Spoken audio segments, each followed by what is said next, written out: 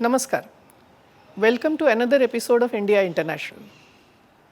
In this episode, I wish to draw your attention to two events that have taken place last month, which are important but not discussed so much in the Indian media. First of these episodes, or the events that took place on 25th of February, this is the signing of a ceasefire agreement between India and Pakistan. There were DGMO level talks between the two countries, after which it was agreed that no more ceasefire violations would take place from either side.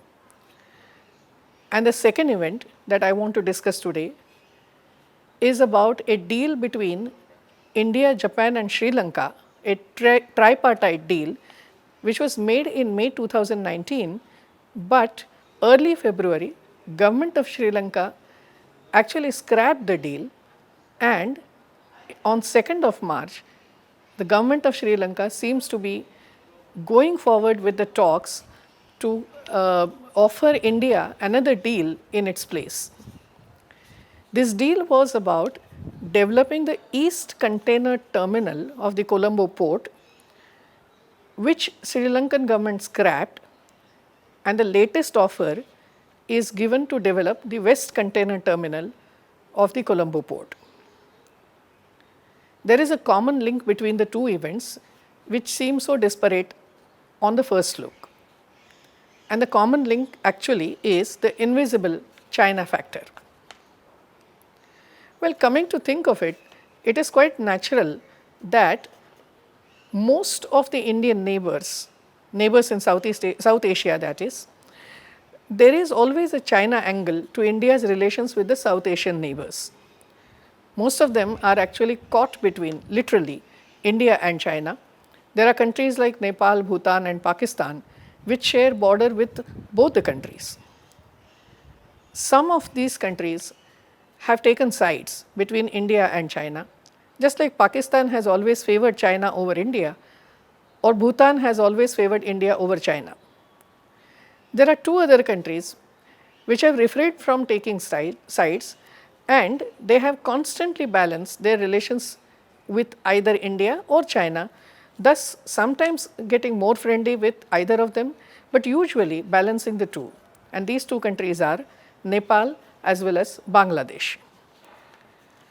If all this is about the geopolitics of South Asia, there is yet another factor which has added to the China factor in India's neighborly relations, and that is geoeconomics. Something that was known as the One Belt One Road project, which now has been termed again as the BRI, or the Belt and Road Initiative of China, which is about Chinese investment in infrastructure projects of several countries across the world. Most of the South Asian countries have in fact agreed to partner with China on a number of BRI projects. And while most South Asian neighbors of India are on board, India on the other hand has firmly opposed any such project or joining any one of them. Indeed, in May 2017, India launched something known as the Asia-Africa Growth Corridor, a project that it has launched with Japan. And Asia-Africa Growth Corridor, if not officially, is in fact perceived as a kind of answer or Indian answer to the BRI. Asia-Africa Growth Corridor offers tripartite deals with several countries in Asia as well as Africa, where India and Japan are willing to make investment as well as provide technological support to a number of infrastructure development projects, which are not only about maritime routes, trade routes, but also about connecting the countries via internet and other things. So, let us come back and look at the two events which I mentioned at the beginning of the episode from this particular angle, the invisible China angle. Looking at the ceasefire agreement, it was said that in the year 2020, ceasefire violations in Jammu and Kashmir were at the peak, And since the 2003 ceasefire agreement, in this year the violations were the maximum in number. So, in 2017 it was said that some 971 violations of the ceasefire took place. This was a comparatively low number and probably had something to do with the Uri surgical strike that India had conducted just the previous year. In the year 2019, ceasefire violations rose to 3,289. But it is important to understand that 1065 of these violations have taken place only after August 2019, and August 2019 is when the government of India, the Parliament of India abrogated Article 370 and changed the status of Kashmir. Jammu and Kashmir was divided into the two union territories of Jammu and Kashmir as well as Ladakh. It is after that, on the other hand of the border, we have also seen from May 2020 Chinese efforts to alter status quo on the line of actual control between India and China. As I said, in the year 2020, some 5,100 violations of ceasefire have taken place. As I said, it was the highest since 2003. It is for this reason the ceasefire agreement of 25th of February 2021 is important from the perspective of both India and Pakistan. There are many reasons why the two countries might have entered the agreement, but let me talk about two of them, two which I think are perhaps the most important. One of the reasons is the fact that Pakistan continues to be in the grey list of Financial Action Task Force. It was entered into the grey list of the FATF in the year 2018 for the first time in June 2018. And since then, Pakistan has been continuously trying to walk out of the grey list. However, most countries which are the members of the FATF are against allowing Pakistan to walk out of it. In the recent meeting of the FATF, which was held in February 2021, the recent meeting also decided that Pakistan will continue to be in the grey list of FATF. Now, this makes things difficult for Pakistan, and that could be one of the reasons why Pakistan wanted to sign the ceasefire agreement with India, thus putting an end to what is perceived to be by many people in India, but also across the world, what is perceived to be Pakistan's support to intrusions and cross-border terrorism in Jammu and Kashmir state. But there is also another reason behind the signing of the ceasefire agreement between India and Pakistan. It must be remembered that the Chinese efforts to alter the status quo at line of actual control began in May 2020, and recently on 10th of February 2021, China and India have agreed to disengage from the line of actual control at Pangong Lake, both the northern and southern bank. In episode 15 of India International, we have talked about it. Immediately after that agreement, on 20th of February, both China and India have started talking about disengagement on other flashpoints on the line of actual control. Now, what does it mean for Pakistan? During 2020, while Pakistan was stepping up ceasefire violations on the LOC, China on the other hand was keeping the LAC also as heated as possible. And thus it was kind of a two-pronged attack against India, whereby the Indian government had to divide its forces on the two fronts. And when in August 2020, the Indian government took a preemptive action at the Pangong Lake, indeed some of the forces from Kashmir were removed in order to participate in the action in Ladakh. Now, as the disengagement agreement between India and China has been signed, these forces can return to Kashmir, and thus whatever the tacit agreement that might have been between Pakistan and China, Pakistan can no more have the cushion of the Indian forces divided on two fronts after that disengagement agreement. And that also is perceived to be by many analysts as one of the reasons why Pakistan has entered a ceasefire agreement on the LOC with India. Let me now come back to the second incident that I was talking about, and that is about a deal between India, Japan and Sri Lanka. Sri Lanka is a party to the BRI project, and it has allowed China to make investment in several of its port projects, including Hambantota and parts of the Colombo port. Now, a number of participants in the BRI project were very enthusiastic about the Chinese investment initially. However, over a period of time, some of them at least have started feeling the heat of, the brunt of China's debt trap. Pakistan is one of them, but Pakistan may not be doing much about it. Sri Lanka also is one country which feels that brunt of Chinese debt trap.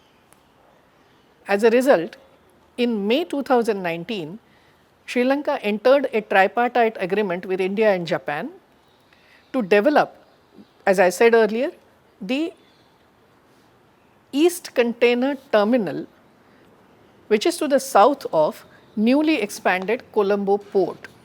This was very close to the part which was being developed by the Chinese BRI investment. Soon after, the labor unions of the port workers started opposing this tripartite deal. And the objection was that the Sri Lankan government should not allow foreign countries to control the port which is so strategically important. However, India did have an interest in making investment in this particular port because much of the transshipment business that arrives at Colombo port, at least 80% of it actually gets diverted into India. So, it is kind of a major transshipment hub for the imports coming into India. For the development of the East Container port near Colombo, government of Sri Lanka had retained 51% stakes, while India and Japan were given 49% stake in that particular development project. With the objection of the trade unions, on 1st February 2021, the government of Sri Lanka declared that it is cancelling the deal. However, it must be understood that there is also a hidden China hand, or there must be a hidden China hand behind this particular cancellation, because this particular development was taking place very close to the BRI project of China. Now, on 2nd March 2019, Sri Lankan government has made an offer which it calls the public-private partnership. It has offered the development of West Container Terminal of Colombo port to a private company, an Indian company, the Adani Group. And what is important is that Adani Group, if it develops, if it gets this contract, will keep more than 80% of the stake in this port development project. And hence, a government which cancels or scraps a deal which had only 49% of foreign investment is now offering 80% of stake to a foreign private company. Therefore, the objection of the trade unions, it appears, was not perhaps the most important reason, and the other reason that was important was perhaps some kind of Chinese pressure on Sri Lanka to cancel this particular deal. The offer to the development of West Container Terminal is not yet finalized, and it remains to be seen whether it actually goes to Adani Group, because talks about the development of East Container Terminal are still on, and India still stakes a claim in the development of that particular part of the Colombo port. Well, it can be very safely concluded that geographical proximity of China to South Asian region is a very important reason why there are Chinese stakes in South Asian region as well as there are Indian stakes in South Asian region. And therefore, India's neighborhood policy will always have one factor to watch out for, and that is the China factor. Indian and Chinese interests will likely clash, will likely counter each other in this region continuously and very often.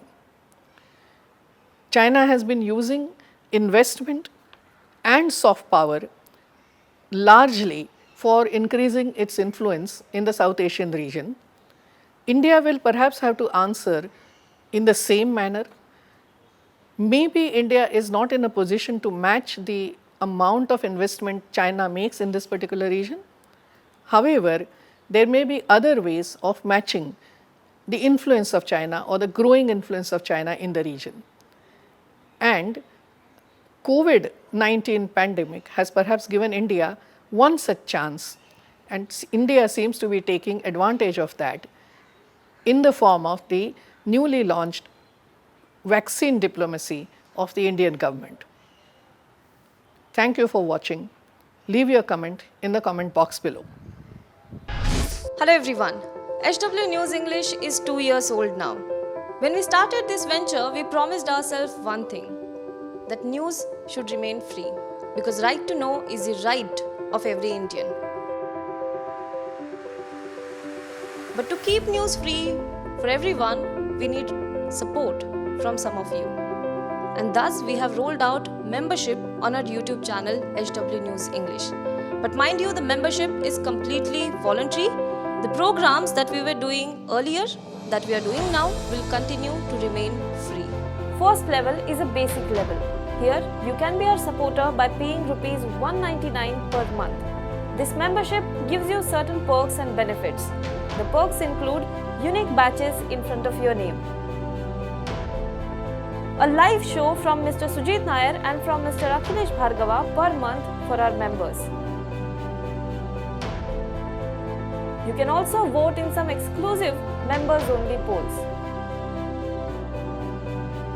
Now the second level is Super Supporter. Here you can be our Super Supporter by paying Rs 3,999 per month. This membership will include every perk that comes with basic level. Additionally, our Super Supporters can be a part of a WhatsApp group where we can have discussions and suggestions on various topics. The second perk includes a gift pack with our merchandise. And the third perk is a Google Meet with Mr. Sujit Nair, where you can join the meet and ask your questions to Mr. Nair face to face. Lastly, if you like, we would give a shout out to our super supporters in our programs. So, hope to see you soon with our badges.